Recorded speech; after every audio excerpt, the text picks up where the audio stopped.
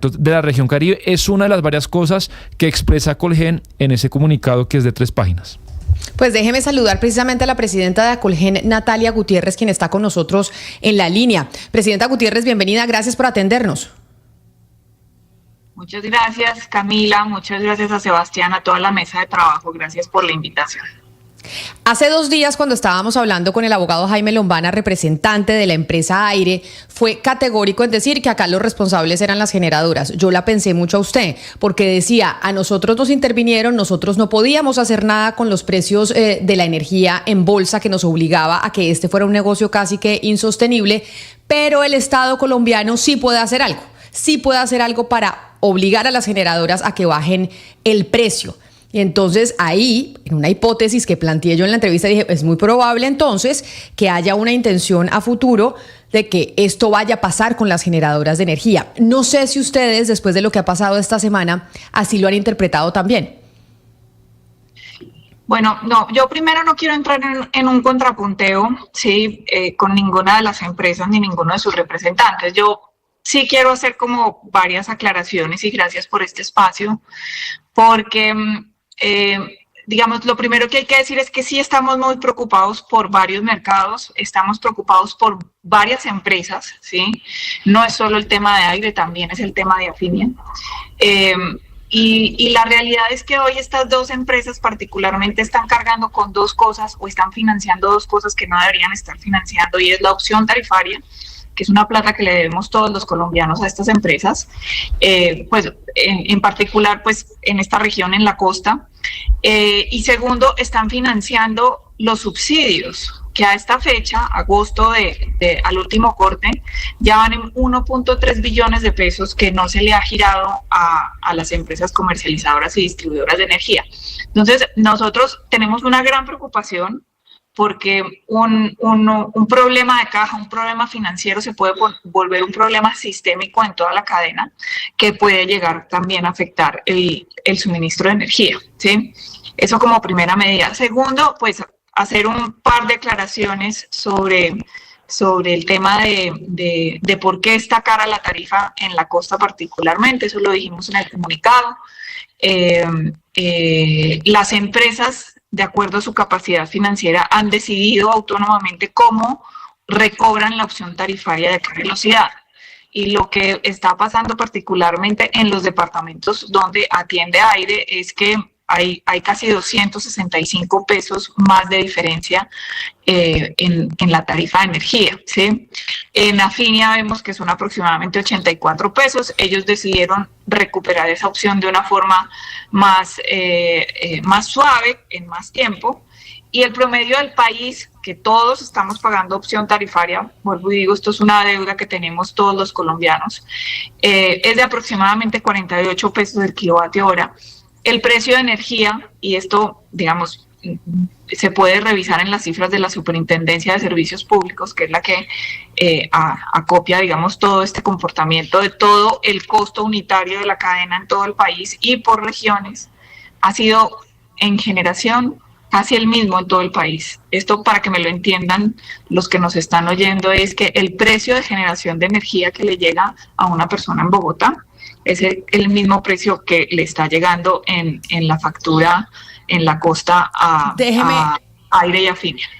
Déjeme, yo la quiero interrumpir por lo siguiente, porque claramente este es un tema supremamente técnico que no entendemos todos los tecnicismos, pero sí lo que le está llegando al ciudadano de lo que ha dicho Aire y que incluso ha mencionado el gobierno nacional es que en esos precios de bolsa de la energía pues están cobrando unos precios altísimos cuando, por ejemplo, teníamos las represas llenas y cuando estaba lloviendo, y entonces que no se entendía cómo con represas llenas seguían cobrando carísima el kilovatio en esa bolsa de energía a las diferentes empresas y que eso, por supuesto, las terminaba asfixiando. Ese, pues entiendo, palabras más, palabras menos, es la gran crítica que yo le entendía a la empresa Aire y que incluso le he entendido al gobierno nacional. ¿Por qué pasa eso? Bueno, yo, pues con todo respeto, este es un sector, Camila, como tú lo dices, con mucho tecnicismo, pero además es un sector sofisticado y es altamente regulado. Este sector, entenderlo no es tan fácil, pero voy a tratar de explicar esa inquietud que me están manifestando ustedes, y es recordar, uno, la factura de energía sí tiene varios componentes. La generación hace parte solo de un pedazo de esos componentes, es aproximadamente el 35%. De ese 35%, ¿sí?, de generación, el 85%, entre el 80 y el 85% de esa energía fue negociada en contratos de largo plazo. O sea, contratos que no tienen volatilidad, contratos que tienen unos indexadores además puestos por los que compran, no por los que venden energía. Si el indexador fue el IPP o el indexador fue el IPC, eso fue una decisión del comprador de energía, porque además la mayoría son convocatorias públicas que hacen los compradores a la que los generadores se presentan, ¿sí? Esos contratos sirven como mecanismo de cobertura. Esos contratos no presentan unas volatilidades como puede presentar la bolsa, y el 85% de la energía del país está negociada en esos contratos. Ahora, el 15% restante va a la bolsa, pero va a la bolsa porque la bolsa no es solo un mecanismo de ajuste de compra de energía cuando hay unos excedentes de demanda, y les voy a poner un ejemplo: cuando hace demasiado calor en la costa, todo el mundo prende, con razón además, más los aires acondicionados, le sube el consumo a los electrodomésticos, y hay unas demandas que no se pueden presupuestar y que no se pueden contratar a largo plazo, y ahí es cuando se va a la bolsa a completar ese excedente. Pero también hay que entender que esa bolsa, que es el 15%, vuelvo y reitero ese valor, es un mecanismo supremamente importante que nos está diciendo cómo se están manejando los recursos, si está lloviendo o si no está lloviendo, si estamos prendiendo térmicas y con qué estamos prendiendo térmicas.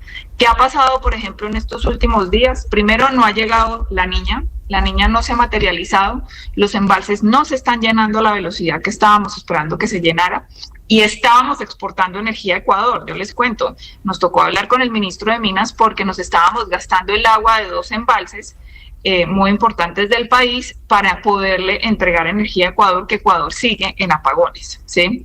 Esto se cambió hace un par de días. El ministerio cambió la regulación para poderle entregar energía a Ecuador a partir de planta térmica, pero en Colombia seguimos con un nivel de lluvias muy bajo, esperando a que se materialice la niña, pero mientras que no llegue la niña nos ha tocado prender térmicas. En estos últimos días hemos tenido que prender térmicas de manera inusual, ¿sí?, a lo que se acostumbra en esta época del año, pero inclusive ha tocado prender térmicas con líquidos, porque como ustedes saben, tenemos otro sector que nos camina al lado, que es el sector del gas, y del cual dependemos cuando tenemos que prender las térmicas. Entonces, más que entrar en un contrapunteo, yo, Camila y Sebastián, y a toda la mesa, les agradezco mucho que me den este espacio, porque este es un sector complejo de entender, ¿sí?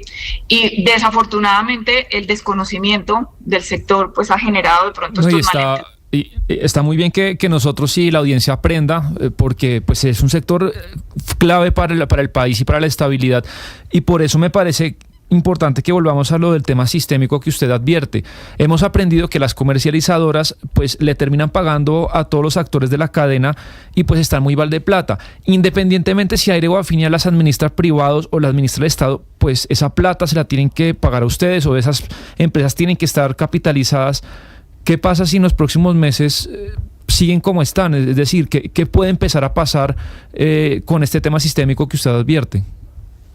Bueno, no, lo primero yo creo que es que hay que hacer un llamado nuevamente a que se paguen los subsidios, que haya un desatraso en los subsidios. Esto le da un respiro financiero grandísimo a todas las empresas, no solo a Aire y Afinia, sino a todas las comercializadoras y distribuidoras del país, ¿sí?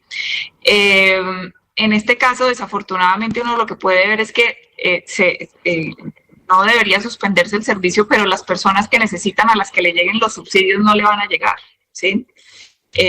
Esto es más un tema, digamos, de comercialización y de distribución, y yo creo que aquí todos tenemos que sumar para que nunca haya una suspensión en la prestación del servicio, un servicio que es transversal, que es de apoyo para todas las actividades de la economía en Colombia. Pero además, Sebastián, aprovechando esa pregunta que me haces, yo creo que aquí el problema de tarifas o la dificultad de tarifas en la costa, que está puntualmente evidenciado en que hay un problema de opción tarifaria y hay un problema de pérdidas que no es igual en el resto del país, nos está secuestrando una conversación que es mucho más, que nos tiene mucho más preocupados, y es que tenemos unos balances de energía muy estrechos.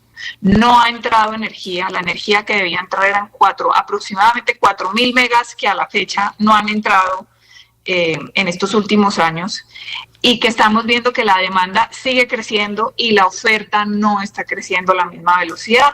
De igual forma, tenemos un gran atraso en redes, tenemos atraso en líneas de alta tensión, tenemos dificultades en los puntos de conexión. Entonces, estamos viendo que nosotros llamamos en el sector la balanza entre la demanda y la energía en firme. Energía en firme quiere decir energía que se puede entregar bajo cualquier evento climático extremo, ¿sí? Ese colchón que teníamos, para que me entiendan todos los que nos están oyendo, se está disminuyendo de manera acelerada.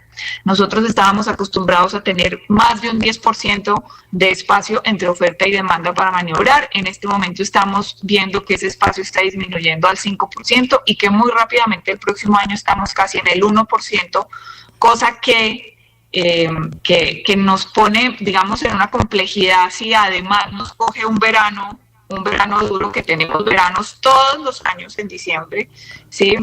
Y que la tasa de entrada de proyectos sigue siendo muy baja, ¿sí? Entonces, lo que hoy puede ser un problema, digamos, de tarifas, se nos puede volver un problema de escasez de energía, y esto, pues, digamos, lo estamos diciendo nosotros, lo dice la misma Unidad de Planeación Mineroenergética en su último informe de hace como Doctora 3 semanas. Gutiérrez. Sí. Quiero hacer la traducción de esto tan técnico que usted está diciendo, que yo sé que ustedes se tienen que cuidar mucho con las palabras, pero esto es que puede venirse un riesgo de apagón, es lo que usted nos está queriendo decir, y que no estamos teniendo esa discusión y no estamos poniendo eso sobre la mesa, que en Colombia, debido a la escasez de energía que estamos teniendo y al estrés del sistema, podemos terminar teniendo un apagón. Estos son los balances que presenta la Unidad de Planeación Mineroenergética. Muestra posibilidades de desabastecimiento de energía eléctrica del 2026 en adelante. Entonces, nosotros hacemos un llamado nuevamente para que sucedan dos cosas rápidamente. La subasta de reconfiguración, ¿sí? Que es una, para que me entiendan, es una señal que tiene que dar el gobierno desde la CREC para que de plantas existentes que hoy no tengan compromisos puedan adquirir unos nuevos compromisos de entrega de energía, si es que hay disponibilidad de esas plantas existentes. Y paso a seguir, tiene que haber una subasta de expansión, ¿sí? Nosotros calculamos que tenemos que hacer inversiones de aquí al 2027 de 9 billones de pesos anuales para poder atender la demanda. Y aquí un llamado especial, Camila, esa plata estamos dispuestos a ponerlas todos los generadores y todos los actores que están en el sector. Esto ni siquiera viene de plata del presupuesto general de la nación, pero necesitamos señales de política pública. Pero, doctora Gutiérrez, es que eso es clave, pero no interrumpirla. ¿Por qué no están entrando inversiones y subastas? ¿Por qué? No, realmente las subastas son una señal que tiene que dar el gobierno. Estábamos esperando que la CREC se conformara, hoy tiene quórum, ¿sí? Nosotros le hemos trasladado esta preocupación al gobierno. Claro, pero su análisis como experta, es decir, usted nos dice, la oferta de energía no aumenta, ¿por qué no está viendo esas inversiones? ¿Qué de fondo hay, en su opinión? No, a ver, en gracia de discusión, yo sí tengo que decir, y esto también lo he dicho públicamente en varias partes, este no es un problema que se generó en este gobierno. Nosotros venimos levantando, digamos, la alarma desde años anteriores porque hicimos unas apuestas muy importantes, como por ejemplo La Guajira. La Guajira sola tiene casi 2.200 megas de esa energía, de esos total de 4.000 megas, ¿sí? Son los proyectos eólicos a los que además tenía todo el sentido hacer la apuesta. El recurso que tiene La Guajira es un recurso que es mundialmente competitivo, ¿sí? Me refiero a que los vientos de La Guajira en su potencia y en su intermitencia son fantásticos. Pero desafortunadamente esos proyectos, tanto la línea colectora que los conecta como los proyectos, han tenido unos retos gigantescos en el tema de comunidades, gigantescos en el tema de consultas, Y pues eso hace gran parte, digamos, de la dificultad. Doctora, ¿qué hicimos? Sí.